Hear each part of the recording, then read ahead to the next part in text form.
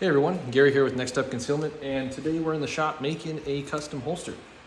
We had an order come in for a Canik TP9 SFX, which this is the blocked mold for it. So it's got the side channel blocking and it's got all the additional blocking it needs for easy molding, which is great. I always love working with molds like this so that you don't have to spend as much time blocking stuff out for yourself. But we're using a Don't Tread on Me pattern that we got from Holster Builder. So big fan of Holster Builder. We order a lot of our stuff from them as far as materials and screws and things like that. So shout out to Joseph over at Holster Builder. You guys are great. Thank you guys for what you do and the services that you provide for holster makers. So it's a complete custom order. So we've got our heat press here. It's still heating up. We're gonna press it here in just a second to start warming up the whole bed. And then what we'll do is we'll press the bottom first and then the top. This will be the top. And what we're aiming for is getting that Don't Tread on Me pattern kind of right in the middle of the gun, because we're gonna make a little bit of a cut right around here just to give it some shape. And it will be an outside the waistband kind of pancake style two-piece. So we want that Don't Tread on Me to be really nice and prevalent for the customer. And obviously you've got the kind of tattered, worn flag pattern on the background, which I'm a huge fan of this one. We've made stuff for this pattern before. We made a dump tray and a couple of other things with this pattern before. So I'm actually a big fan of this pattern. It's a nice pattern to have. So the back of it's gonna be black, rivets are gonna be black, and let's get to pressing stuff. All right, so the heat press, whenever I get my first order for the day going, I always like to run one cycle through, so we are just about at that cycle. Before I put any kydex in there, I'm running 390 for 105. Sometimes I have to leave it in for a little bit longer. It just kind of depends on what we are doing and how well the heat takes to it. So we'll put down our first sheet. This is gonna be the backer, this is black. So we like to put it nice in the center, and then we clamp it down and let it run for its 105 seconds.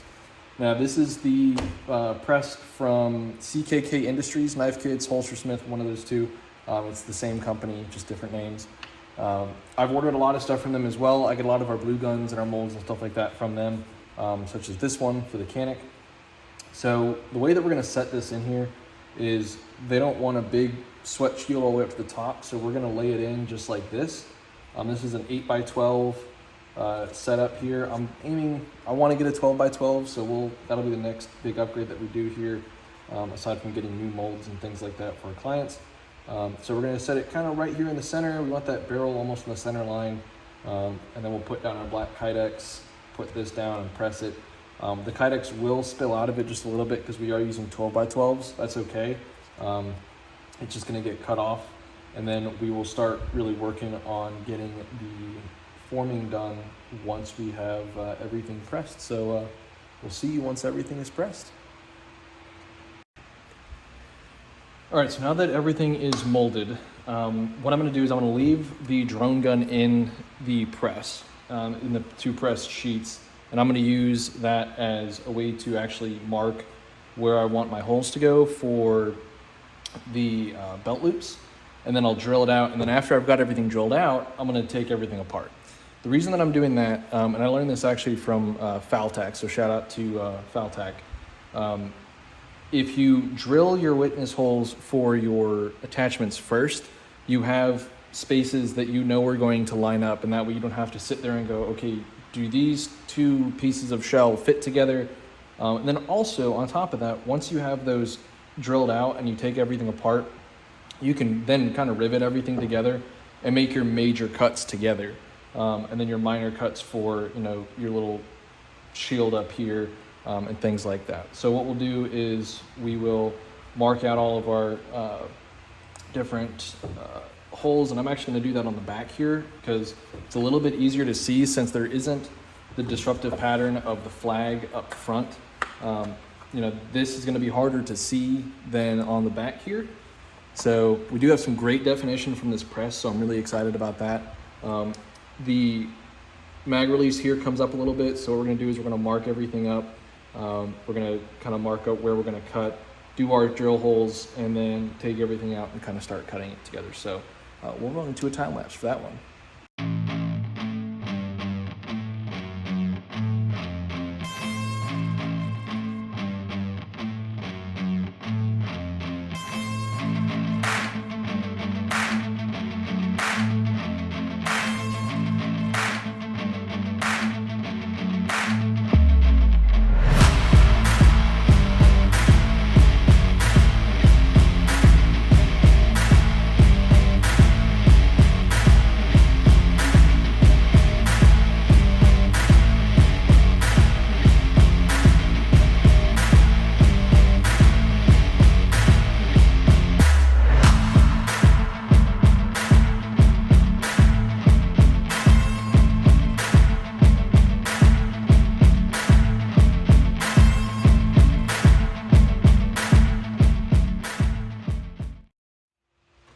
All right, so now that we've got the holes drilled out, we're gonna take it apart.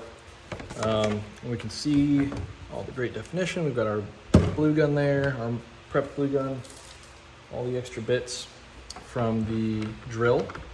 Now, if you didn't notice, we actually use a centering bit for all of our drilling. The reason I like centering bits is they have that little pin at the end to make sure that you're gonna go exactly where you want to go. I've realized that on some of the other bits that are like that, they're a little bit more rounded on the edge. You don't get a great consistency with where your holes go because it will kind of slide around the kydex a little bit.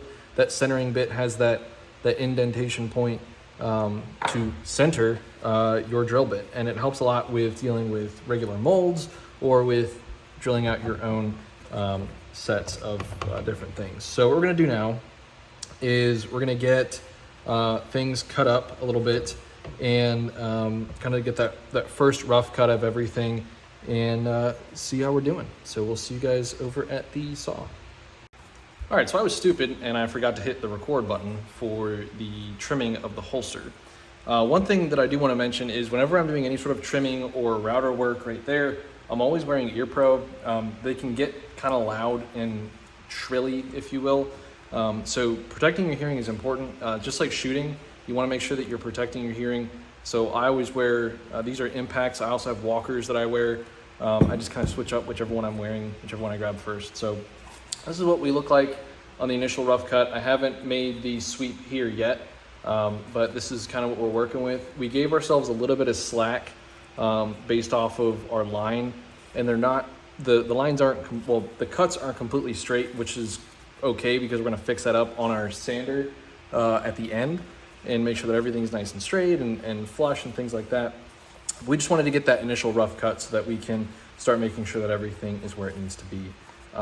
There are some additional cuts that I'm probably gonna make. Obviously I wanna cut around here and make sure we're keeping the head of Mr. Snake here for the print and get that nice little sweep going here. So let's go ahead and take care of that real quick. All right, so we got the front cut done. So this is what it's gonna look like. We're obviously gonna take a little bit more off when we do all the final sanding and things like that. So we're gonna go ahead and rivet everything together and start actually trimming up the edges. But before we rivet, and before I ever rivet anything, I always make sure that all the frills and stuff on the edge here are always taken off. So you can use, there it is. I always use one of these smaller X-Acto knives to just kind of scrape along and just kind of clear that up. You can also use sandpaper, or you can use a Dremel as well, that works. I don't really advise using a Dremel that much until you're actually ready to put everything together. Otherwise, you know, you may end up taking out some material that you really don't want to. So something like an X-Acto knife is great because all you do is just run it along the edge here, take all those frills off, and make sure that you have some nice clean edges. The other thing that I also do is I take a countersink, and this is something else I got from Faltech. Faltech is a great guy.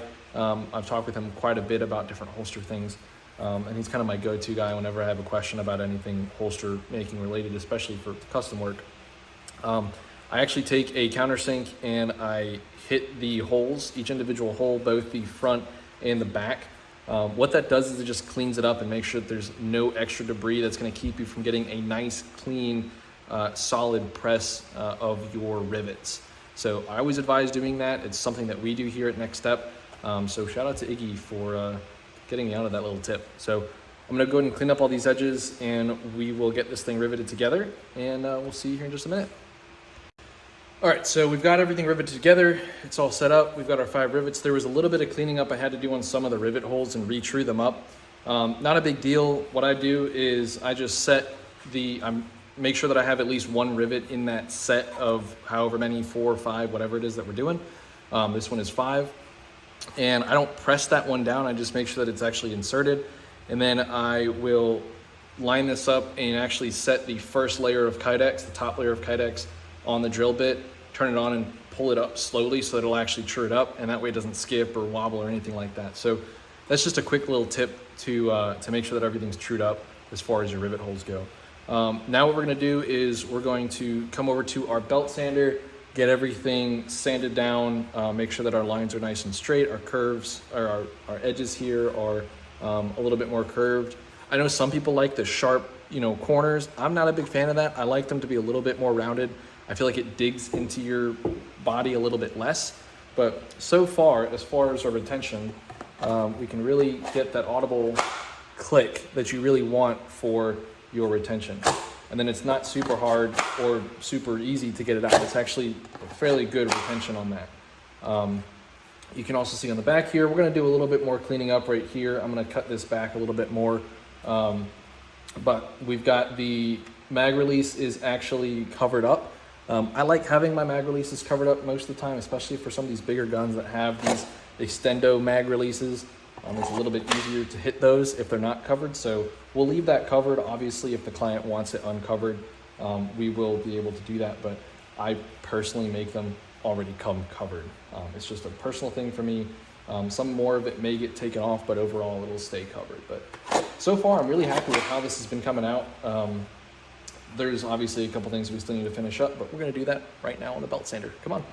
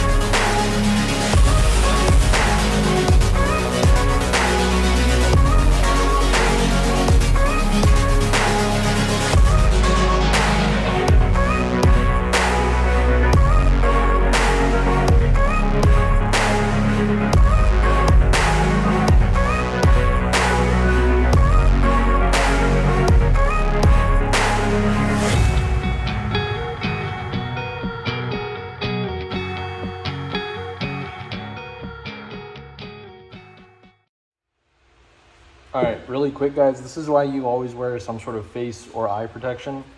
You may have just noticed that the sanding kind of cut out and cut back in on the Dremel. That's because my Dremel wheel actually popped. This broke while I was sanding. I just heard a loud bang, sort of pop noise, and this whole piece came off. So always wear your eye protection whenever you're doing anything like this, anything involving the Dremel or any sort of particulate that's going to be flying around. I also wear a full face cover when I'm sanding, that way I don't get any in my face or my mouth. It's just a personal preference, but make sure that you're wearing some sort of eye protection because you do not want anything flying into your eyes and blinding you. So just a quick little PSA right there. You'll always see me wearing eye protection whenever I'm doing anything. You've probably seen the eye pro that I've been wearing the entire time for this video, but yeah, I'm always wearing eye protection whenever I'm doing anything here in my shop, dealing with holsters, as far as repairing or fixing or creating. I'm always wearing something, either a face shield or safety goggles that are able to take a hit. So just keep that in mind. Back to the sanding. All right, so now that we've got the holster done, I actually went ahead and off camera, I actually trimmed these down a little bit more on our belt sander. I just felt like they were a little too long, too wide on the edge here, so I did trim these down a little bit more. We may add 1 or 2 rivets right here, maybe not. I don't think it really needs it. What we're gonna do now is we're gonna bend it, so there's all this space right here and also right here. That's intentional so that we can make sure that we've got our bend correct for our concealment. So this is for a concealed carry, pancake style. We wanna bend these little wings a little bit so that they conform more to the human body and allow you to conceal it a lot better. So that's what we're gonna do real quick. I'm gonna jump now to us having that taken care of. One quick tip for when you're doing this, I use a strip heater for all mine. I used to use my heat gun, but that you can't get the targeted heat that you need to. So what I do is I will hold it over the heat on the area that I need to, and I will not set it down, especially for something like this. I won't set it down on top of the heat strip. I'll hold it maybe 1/2 inch or so above, and I'll rotate the sides so that way, not as fast as this, but I'll sit there for 15, 20 seconds and then rotate over. And that way you're getting even heat on both sides to allow you to get a good bend. When I'm doing the initial bend, I'll actually take the mold gun that I'm using and I will insert it back into the holster and mold it. That way I'm not deforming the actual physical holster parts that I need. So like the sight channel is not getting deformed, or the trigger guard is not getting deformed to a part where it's not a functional holster. So that's a good tip to use when you're making stuff like this, is to always use your mold gun as much as possible when you're doing this. I do not put the mold gun in the holster when I'm heating it, because then I'll actually heat the mold gun, and that's not a good idea. So let's get this thing bent up and start finishing it off.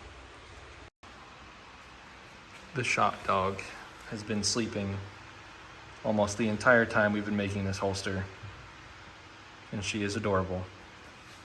She hangs out with us when we make holsters. Hi, sweetheart. She loves it. It's a nice cold floor, and she's just cute, and she's a good holster companion. So get yourself a shop dog. All right, so our holster is pretty much finished. The only thing that I have to do now is go through and wash off the last of the markings here. We didn't do all of them completely.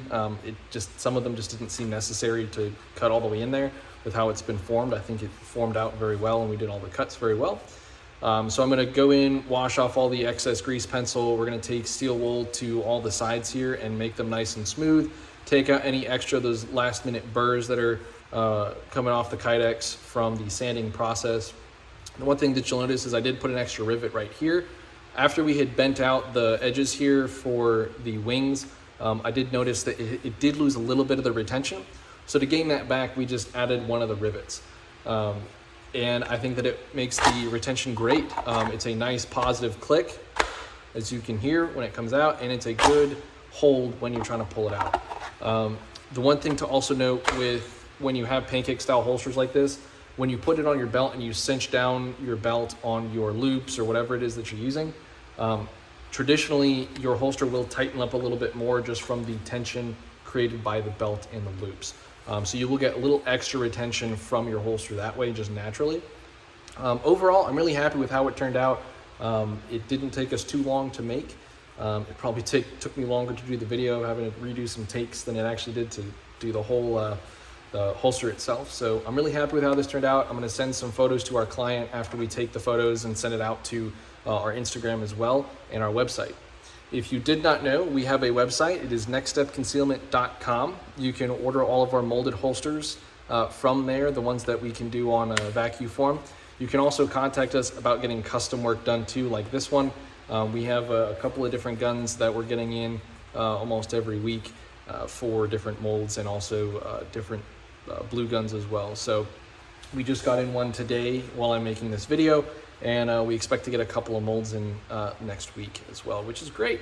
We're always expanding, always improving. So thank you guys so much. If you are a shop and you want to stock our holsters, there is also the dealers program that we can do for you. You can email us about it. We are currently working on getting that part of our website set up, and we have a couple of stocking deals with some local shops here around our location. So thank you guys so much, and if you aren't already, follow our Instagram and follow us on Facebook.